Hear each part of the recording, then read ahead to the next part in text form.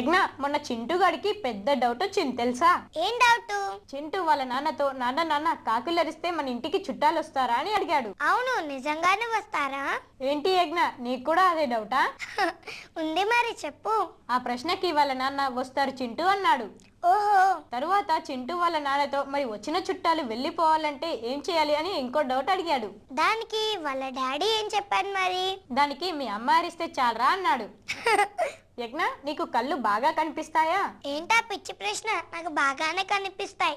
ఏ, నీకు కనపడవా? బాగానే కనిపిస్తాయిలే. మరి ఎందుకు ఆ డౌట్ వచ్చింది నీకు? ఏం లేదు యజ్ఞ, ఈగల్ కి ఐసెట్ చాలా బాగుంటుంది తెలుసా?